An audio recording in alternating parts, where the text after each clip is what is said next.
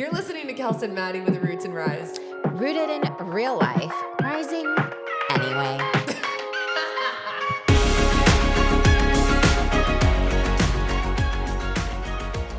Hey, Roots and Risers! Woohoo! We're back for season 3. Season 3, baby. And we came with an unbelievably prepared set of episodes, and they will still become unhinged and maybe unravel off of the railroad tracks, but we're going to figure it out. We feel more prepared than you could imagine. We've got a whole lineup ready for season 3 of what we want to explore, what we want to bring to the table, what we want to share with you and connect with. And we've got some intention to go deep and really find ways to connect. And the way we're going to start that off is through some of the spiraling moments that have happened since the beginning of this year. It's now January 16th, so we're going to take it back to January 1. Okay, so we started this year off. Yeah. Where I was texting Maddie and was like, I think I texted you and Courtney and was like, I'm unwell. Like it was during Christmas break, and I was like, my kids are feral alley cats, and I was like, I need to get out. I need to like move and do some things. And we ended up having like a full group. We did a girls' night. Had a girls' night. We went out to dinner. We met George. Thank God for George. This gentleman was roasting his rump by the fire at Othello's in downtown Edmond, Oklahoma. He was a character. And he came into the conversation as we were talking about celibacy. Mm-hmm. And he's like, well, I'm celibate. I'm waiting for my wife. And I was like, so supportive of you, George. But he wasn't actually celibate. I don't think he was celibate. And also the roasting of the rump. It was just, he was, in the old 50s movies, like the quintessential drunk man at the bar. That's what he was. It was a little endearing, but also quite hysterical, because we were talking about all the things you could imagine our group of friends would talk loudly about at a beautiful little restaurant. And he's he's the third very important George that we met in December. Oh my gosh, you're right. We met one George on the subway in New York City, where I got into a very in-depth conversation with this gentleman who could he have been homeless? We don't know. Was he? What? It didn't matter. He had something about him that was very off-putting. Okay, well, here's the thing about that is that I got into this conversation with him. He was like kind of doing that sleuthing thing, and I was like, I'm not in the mood for this, George. He was lurking, and I was like, George. I was like, tell me what you want in this life, George. I was like, I need to know what you're seeking out. He was like, well, I'd like a wife, and I was like, here's the thing, George. Have you had a physical? Have you sought out some assistance to improve your situation? What's your quality of life like, George? Are you attracting the type of woman that you would like? And this man is... She's not exaggerating one bit either. Let me set the tone. We're on the New York City subway. Our other friend April and we're all standing holding on. And he walks up, and he does the thing where he gets in our space. So April and I do the normal reaction of women and turn away from him. Kelsey is an angel on earth, and I learned so much from this experience because she turned towards him because she knew she had us. She was safe. And instead of feeling threatened or annoyed by him, she gave him true advice and treated him as a human being. Like, hey, bro, if these are your goals, you definitely need to get a physical. We're all married, so don't try here. And I learned so much from watching that about when people say be like the hands and feet of Christ, it kind of starts there. Let's humanize everybody. And Kelsey, you have a gift of being able to humanize everybody. That's a very sweet thing that you're saying, but I would say that really it's that I get this I get a tingle and I get excited because I'm I'm in a safe space. My friends have got my back. So if anything happens, I'm good. But it's the same story. I confronted a gentleman who was experiencing homelessness named Clarence in high school. And he wouldn't go into the facility that I was leading a worship team with. And I just went in and confronted him. I was like, Clarence, what are you doing with your life? Yeah. Turns out he's a very violent criminal that they said eventually, like, we were not to converse with him. Didn't matter. He was scared of me, seems. Well, that hits. So that was the second George. We'll get to the criminals being afraid of me in a second. Yeah, we'll segue to this. That was our first George. Our second George is my cat. You guys. It's a great cat. You've never met a cat like this. I'm putting these on because it's important that I focus on this because the George. There we go. So George Bailey, because he's our Christmas kitty, and that is our family's favorite Christmas movie. He's yummy. He's a flat-faced Persian cat. He was 6 months old when we got him, and he literally just lives to sit in a lap. And Hunter hates cats, right? So like, he meets George Bailey, and he's like, he leaves Maddie and Angie's house, and he's like, this is the cat that we would have. The cat makes a mark on people. It's like the sweetest cat, but its face is, and it's like not smart enough to scratch. So doesn't know to survive. It could never survive outside. He just trades off whose bed he's sleeping in all night. He goes from one girl to another girl to our bed, and he's just like, I call him Georg because he's so regal. Georg. He's an Austrian prince from Sound of Music. Yes, he is the Austrian prince. But see, the Georges are following us this year. But how did I just not realize this? There are 3 Georges. So then there's the third George, and he was roasting his rump at Othello's. And I will just say, Maddie and I are convinced that we're going to have a reality show at some point because sometimes telling you this story is not as funny as having seen it in real life because you can't understand. You can't get all the little nuances in of like when Kelsey is yelling, like, what was the term? You're like celibate and something else. Oh, it's like something about being a hoe and then celibate. And then a hoe again. And then a hoe again. And that was like... Went from hoe to celibate, hoe to celibate. Yeah, just very real talk. And he's like, I'm celibate as this ginormous man is... I was like, George, let's back it up, please. I'm discussing my testimony in front of my friends. This has nothing to do with you and your warm buttocks, okay? He was by himself at the bar. George. Anyway, I do love that name, though. I do, too. I love it. I love the name. It's a good omen. So, anyway, all things considered, George has been a good omen. Mm-hmm. The Georges have been a good omen for this year. But that night, so we had like a witchy seance where we decided we were going to write down all the things we were giving up for 2025. Mm-hmm. Like we were giving them up from 2025. Things that we've been holding on to that it was time to let go of and leave in 2025. We wrote them down. And we burned it. Threw them in my fireplace and watched them burn. Well, it turns out one of them has snuck its ugly head back into my life, but I'm doing something about it. Okay, but this is a good lesson learned. This is a good lesson learned. And this is the theme of the podcast episode today, which is starting off on the wrong foot. Mm-hmm. So there are ways that I feel like we start the new year with these intentions, and we start the new year with like, we're going to be a completely new me.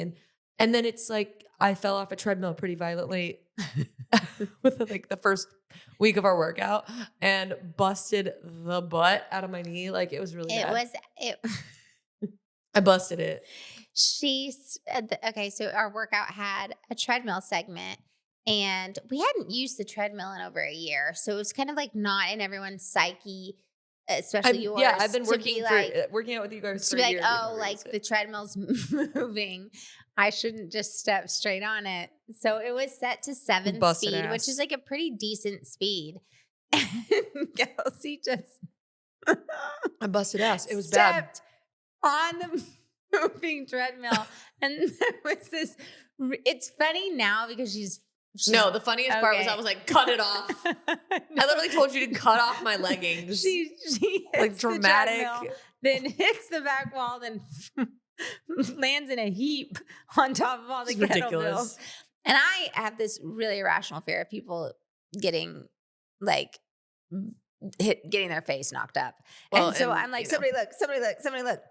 And it was her shin and her knee, and she had on white leggings, right? And so I was like, like, do you think, are you bleeding, whatever? And we can't see blood through it. And I'm like, your tights are so tight, I can't get them pulled up. And Kelsey's like, get scissors, cut them off. Cut it off. Just cut them off. I'm Okay. like, no, I don't think you got to cut them off. In all fairness, it was really painful, and it's still bruised right now. Yeah. It's a disgusting. massive shin bruise, It's which, nasty. as we know, is probably one of the most painful things. But needless to say, learned some things from this instance, That which is like, one of those first workouts of the new year was hitting the ground running, but the ground was running and she it was running not. on me. It was running on me. Anyway, so we start off on the wrong foot. And that's a really good visual of like how this year I feel like has started. It's like there's really great intentions, but we're not in control. We're definitely not in control. And the thing that I'm realizing is like last year we started this year off with kind of like this magical air about it, where it's like I was starting all these new things and I was pursuing new things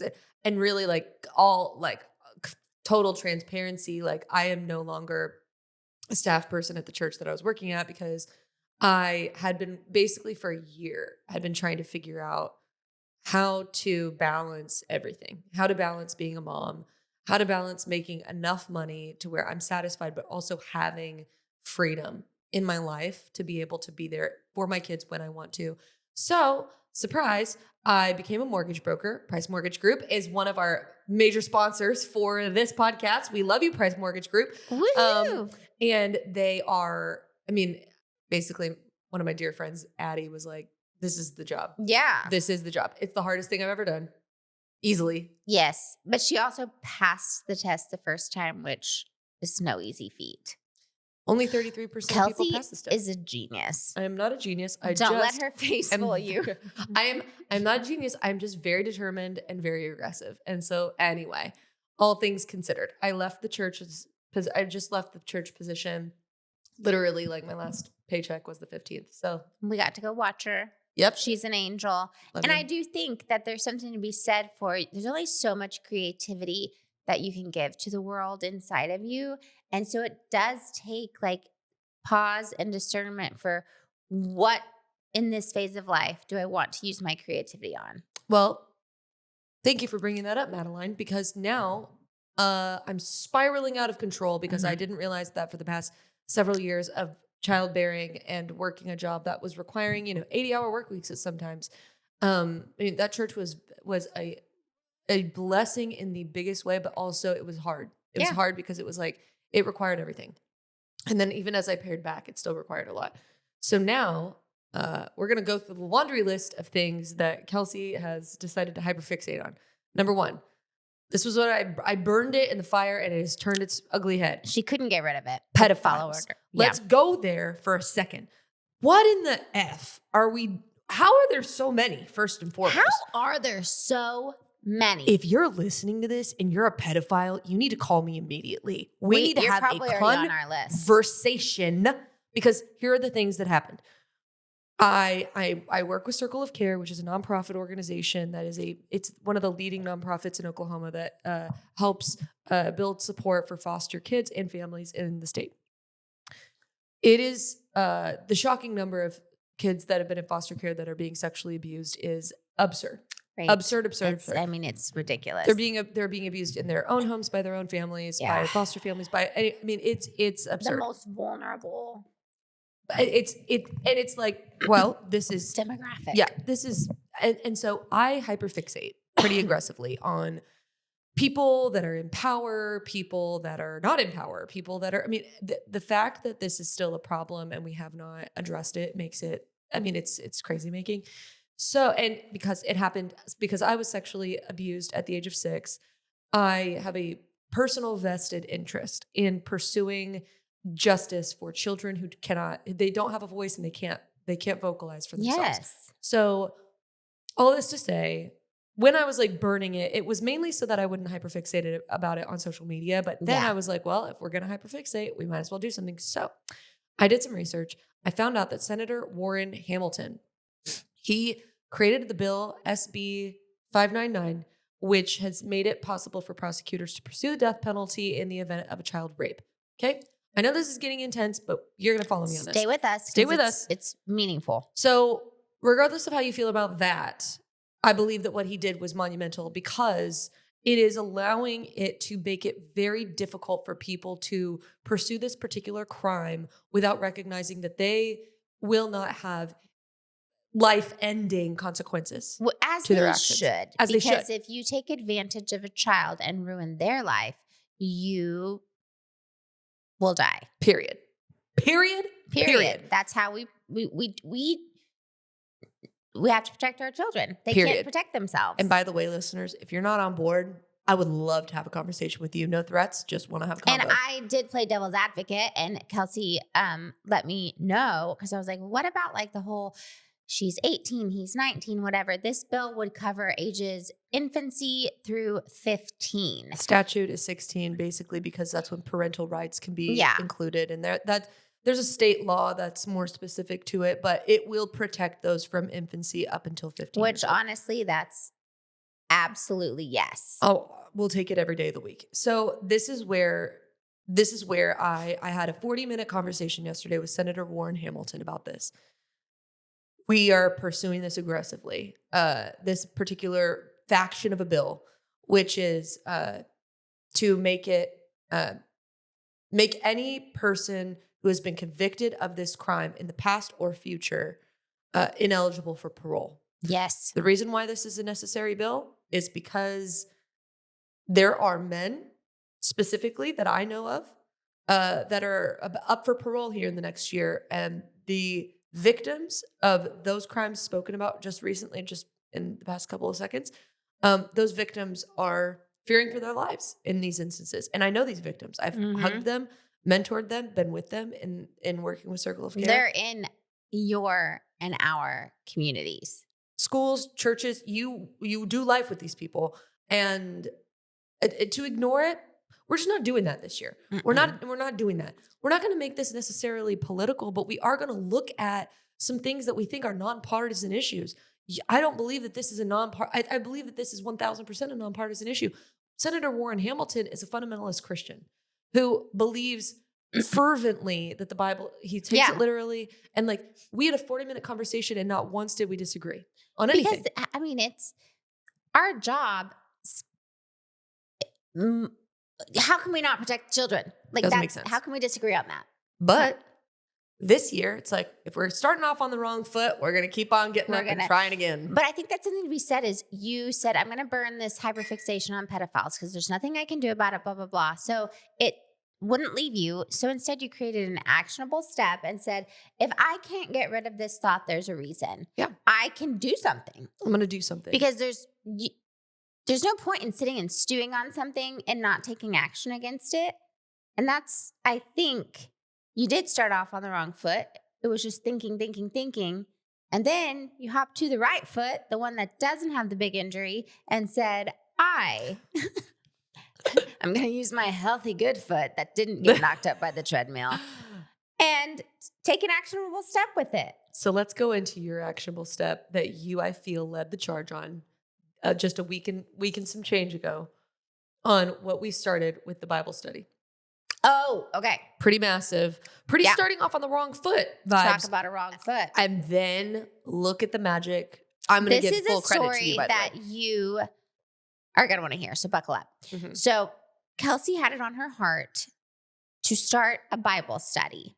So she's leading said Bible study. I'm hosting at my house, and we get together a group of ladies who are, not all of them know each other. And it's that initial kind of get to feel each other out vibe, get to know each other. Make people feel comfortable. Mm-hmm. And so we're talking, and we're, Kelsey has these wonderful questions aligned with a passage that she read from the Bible. And then somehow the conversation got turned to gossip about a person.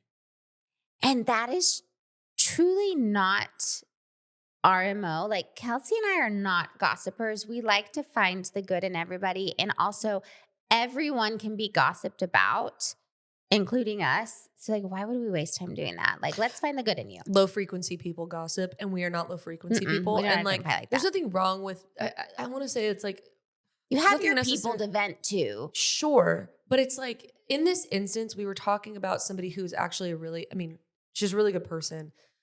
We were making some snide comments about her, you know, like just superficial stuff. Yeah. And that's so beneath us. Like, It's why would so we beneath do that? And so then it was like just a moment in the Bible study. Like, it wasn't but both of us, like, I texted Kelsey afterwards immediately and I was like, I feel sick about this. And she's, oh my gosh, me too. It really hurt us to be that way. It destroyed trust. This is what it did. Yeah. It destroyed trust in the group, and specifically with Kelly, I think, because her heart is a lot like us, like very orchid people. And I could tell it made her uncomfortable. It did. And it's like, she's a really integral person. Not to say that the other women in the room weren't, but like this is just, she's a very integral person. And that was not going to bring her closer in the group. No. And they have even distanced her a little. And like, that to me is not cool. That's not the cool. whole point of this, was to bring people together, non-judgment, where we can be vulnerable and safe. You can't be safe without trust, and you can't create trust if you're not having integrity. So then, actionable steps. So actionable steps. We felt bad. We individually texted every single person that was there and let them know, like, hey, we don't like that this happened. We are the leaders of this. We apologized. We apologized, and we owned the fact that was our responsibility to set the tone. We should have set the temperature, and instead we were allowing the temperature to be set for us. Yeah. That's not what we do. And especially as women that are leaders, it's like, you don't allow somebody else to, or the vibe to bring negativity. When you're leading, you got to stand up and be a powerful voice. Have a backbone. We didn't have backbones. Well, so then we had to grow one. We had to backtrack. Yep. And then it was really nice though, because I think in order to be a good leader, you have to show that you're not perfect, and you're not perfect, and you're willing to learn and change and admit when you need to pivot. Yep. And so that is what we did. And it never feels good to be like, oh my gosh, I did this. I'm sorry. I feel really bad about it. And it obviously is a part of myself I still need to work on. That never feels good, but it's always the right thing to do. Yeah. And I think, honestly, this goes back, I think I've maybe told this story before, but this goes back to something that happened with me and my best friend Alex, who I get to see her today. I'm so thrilled. Yay. Because she's really like, she's just a good egg. She's the best. She's going to be she's supposed to be at our Bible study, but she is a working lady and is busy. But when we first met, like we were competing at Miss Oklahoma, and I was talking about her behind her back, not really like in a bad way necessarily, but just comparing myself to her at Miss Oklahoma. This is the year that we both were competing together. And I went up to her and I like confessed it to her. I went to her face and was like, hey, by the way, like I was talking about you in the dressing room and comparing my body to your body with a group of girls. And I need you to know that is not who I am. That is not who I am. And it's not what I want. And you're going to be Miss Oklahoma one day. So like, I better have some respect. So I need you to just know I'm apologizing. You don't need to accept it. Just know that I'm like apologizing to you. I think that's huge. And then she was like, well, shit, like she's going to win. Damn it. Damn. But then, then I won and then she won and it worked out. But like, I think that God does this where it's like, again, it's okay to be a little weird in those moments. It's okay to be a little cringe. That's what connects us. It does connect us. And it's okay to own your stuff, because the thing with ownership, I don't understand why people shy away from ownership. It is so attractive. It is so attractive. And it is what connects us. I think it's because we're so conditioned to not want to be wrong, that instead of being wrong, we will fight to the death to prove we're right about something we know we're wrong about, instead of just owning like we fudged up. Yeah. And so I think that's a huge thing that I'm loving about this year, is the ability to go, might be starting off on the wrong foot. It's never too late to pivot. It's never too late to pivot. You can make it right. You can. It's like in so many aspects of our life, I feel like we've started to see this, like all the way from New York up until now. It's like Yes. we just saw the year transition, and that to me is That's like letting your life lead you in a good way. yeah. Like, I feel like you and I learned more from starting off on the wrong foot Mm-hmm. with Bible study in our eyes. I mean, to some people, this wouldn't have been that big of a deal. To us, it was gut wrenching. Because it's like being an integral person takes work. Honestly, it's a lot easier to let yourself fall into And just say, the oh, it's not that big of a subcategory. deal. Yeah. Well, and again, Ange, I feel like Ange and I got into like this whole conversation about Oh, yeah. frequency on Sunday, and it was like there's this. You can read into this. There's like a science of like high frequency, low frequency, and somewhere in between. There are some people that vibrate at different levels. Yeah. And I believe that I'm a high frequency vibrator because that sounds bad. I like mine on high frequency. Don't worry, podcasters. We will be talking We'll about sex be eventually. definitely linking the magic wand. This is also why I think another piece of the puzzle of like not working at the church right now is like kind of a We blessing. don't have to edit. Because I can talk about sex and I can talk about my husband, and he's like, do it. Yeah. Because you have to. But anyway, all that's to say, there are people that their frequency vibrates a little bit higher. Yeah. The low frequency people, that it doesn't make them worse, it doesn't make them bad. No, it's not a good, bad thing. But they do tend toward they do tend to do like their conversations are a little bit more on that surface piece. And sometimes that's a good thing. Like you need that in order to Yeah. survive certain social situations. You need that in order to smooth a relationship. Like if you're easing into something or business really requires that. Yes. Because you have to be able to like really navigate people at all frequencies. The thing with high frequency people though is like they're highly sensitive to everything. And we can feel when an emotional shift has happened in a room. Mm-hmm. I can literally tell if somebody doesn't like me immediately. I can tell immediately if I've hurt their feelings. I know exactly. Yeah, you can. I can be like, what happened?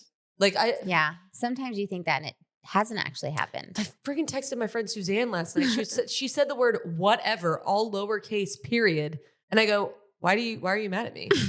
She was like, what? I was like, look at your last text. It was rude. It was actually rude. I was like, and she was like, I don't have the time for this right now. And I was like, again, what did I do? Even ruder. I was like, you're actually like really doubling down. She was like, I haven't had a Diet Coke today. You're like, and I'm okay. like, actually, I was like, she's addicted. So Yeah, you're like, okay, that hits not me. It's the Diet Coke. that's fair. But Truly. yeah. I think it's cool to learn that when we try to control the direction, we can control our intentions, right? We stick by our intentions and our character and our moral standing. But when we try to control the direction of where life needs to take us versus where we want it to take us is when we start being misaligned. Yeah. Yeah. So really, a lot of like people, you've heard this.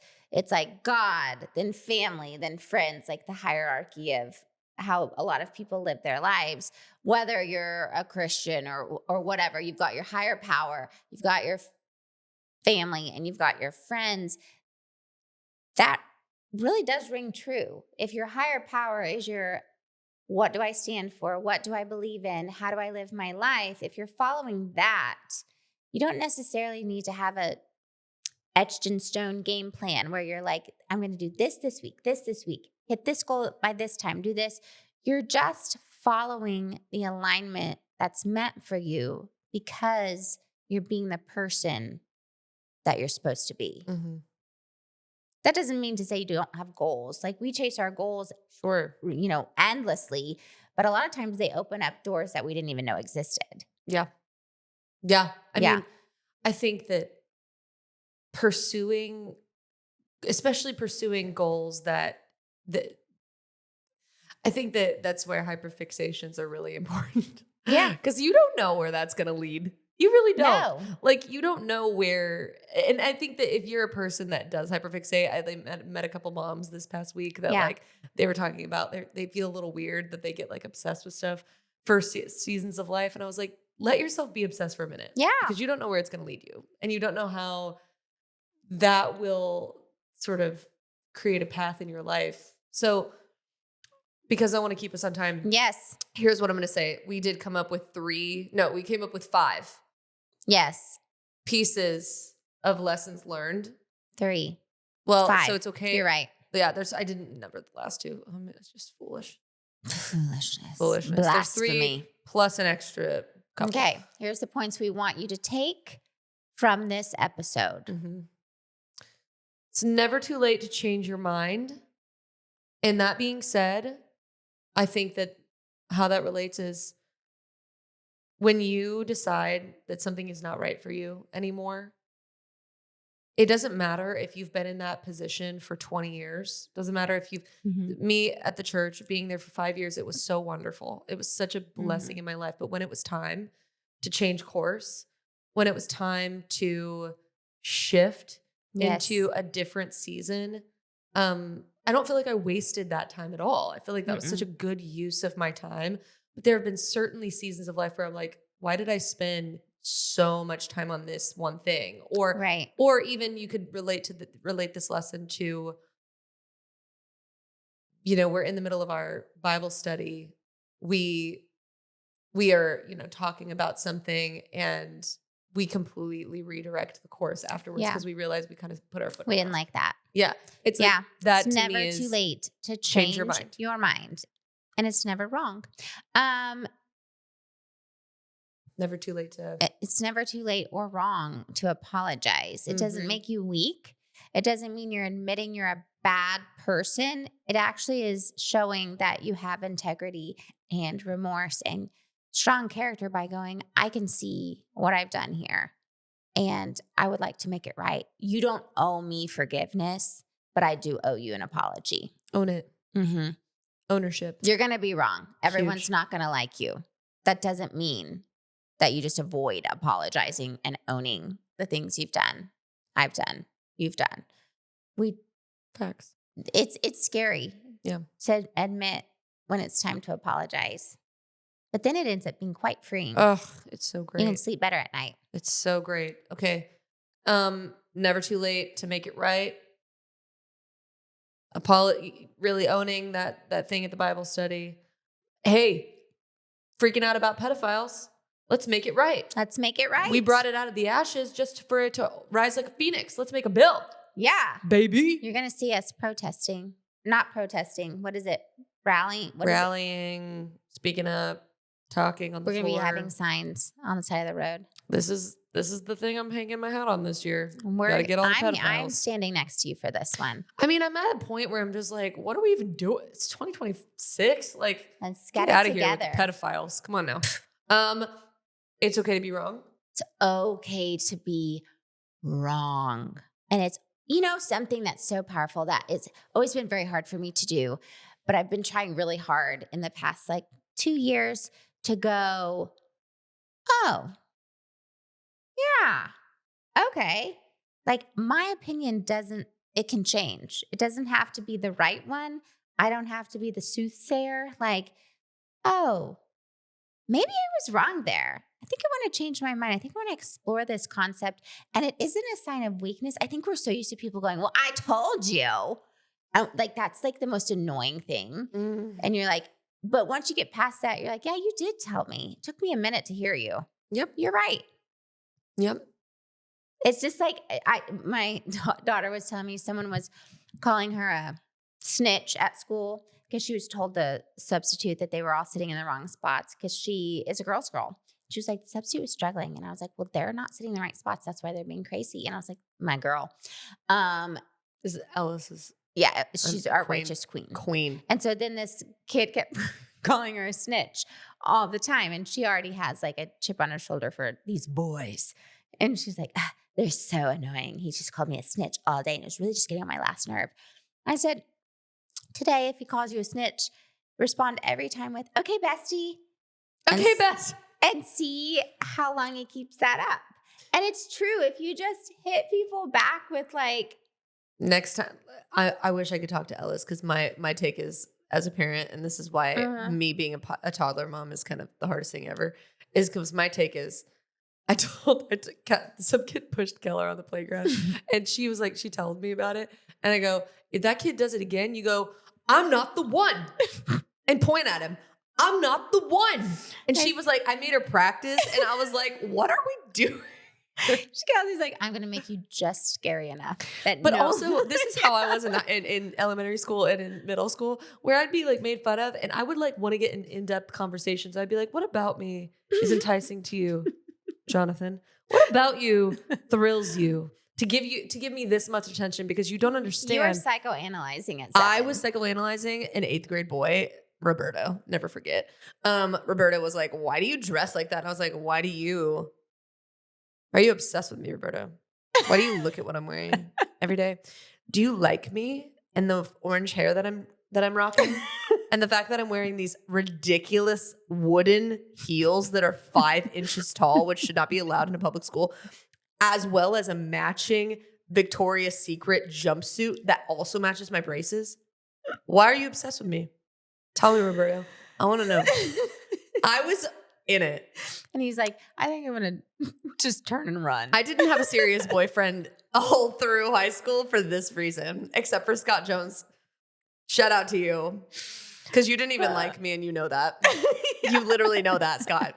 You like know that. This is why we love Kelsey so much. It's like, I want Ellis so bad to go to this kid and be like, so, why you said so obsessed snitch, with me? Are you a part of the Italian mob? What about this is triggering you?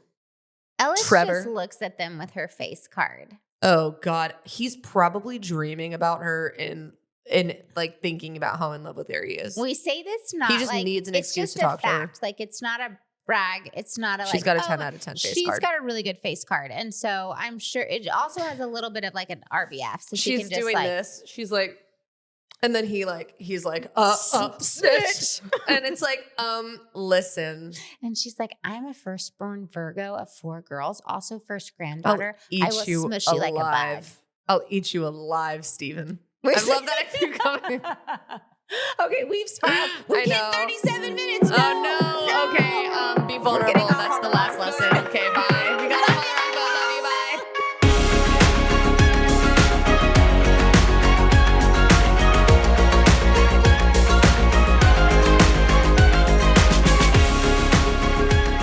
We wanted to give a shout out to Price Mortgage Group, who is the mortgage broker of Edmond and Oklahoma City and basically any surrounding area in the state of Oklahoma. If you need a mortgage now, you need to call Price Mortgage Group and reach out to Kelsey Paul. Also, we'd like to thank Stitch and Pretty for sponsoring us with the best swag. If you need custom stitching done, any intricate, beautiful, detail-oriented design, she is your girl. StitchandPretty.com or at Stitch and Pretty on Instagram.